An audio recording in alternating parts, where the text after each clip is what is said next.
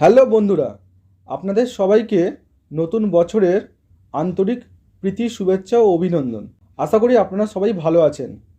আজকে আমি অত্যন্ত গুরুত্বপূর্ণ একটি খবর তথা আপডেট আপনাদের কাছে জানাতে এসেছি। ভারতের অধিবাসী হওয়ার জন্য আমাদের প্রত্যেকের কাছেই voter card, Aadhaar card, PAN card, ration card ও আরও অন্যান্য দরকারি ডকুমেন্ট আমাদের কাছে আছে।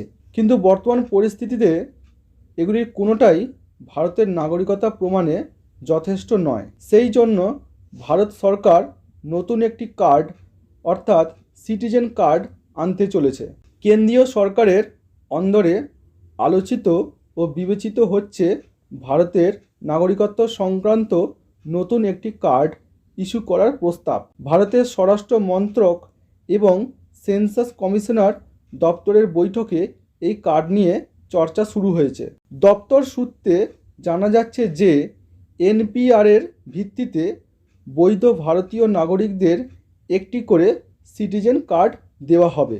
এই কার্ডে থাকবে একটি ইউনিক নাম্বার যা সিটিজেনশিপ নাম্বার হিসেবে নির্ধারিত হবে।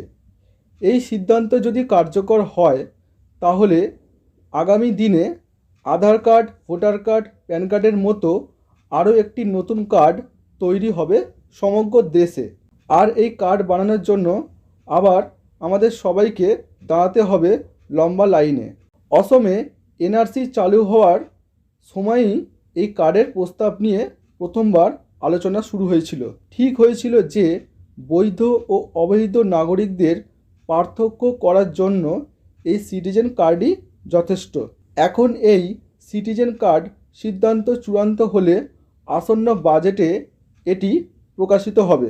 নতুন বছরে অর্থাৎ 2025 সালে মার্চ এপ্রিল মাস নাগাদ সেন্সাস ও এনপিআরের কাজ শুরু হওয়ার সম্ভাবনা। মোট 12,000 কোটি টাকা খরচ হবে। এর সঙ্গে সিটিজেন কার্ড যুক্ত হলে মোট ব্যয় বরাদ্দ আরও বেড়ে যাবে।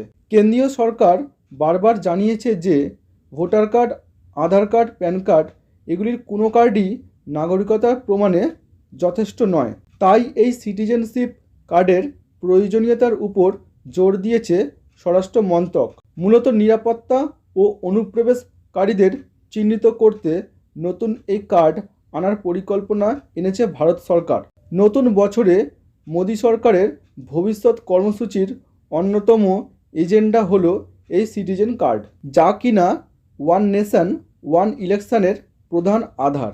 সরকারের মনোভাব অনুযায়ী এটা পরিষ্কার যে নতুন এই সিটিজেন কার্ড চালু হবে সমগ্র ভারতে। বর্তমানে বিষয়টি আলোচনার স্তরে থাকলেও বাস্তবে রূপ পেতে খুব বেশি দেরি হবে না সেটা বলাই যাচ্ছে। তবে একটাই আক্ষেপ যে আবার একটা লম্বা লাইনে দাঁড়ানোর জন্য আমাদের সবাইকে প্রস্তুত হতে হবে। সুতরাং বন্ধুরা, আজ এই পর্যন্তই। আবার আসছি পরবর্তী ভিডিও নিয়ে। ভিডিওটি যদি আপনাদের ভালো লাগে ও কার্যকরী মনে হয় তাহলে অবশ্যই চ্যানেলটিকে লাইক, কমেন্ট ও সাবস্ক্রাইব করতে ভুলবেন না। জয় হিন্দ, জয় ভারত।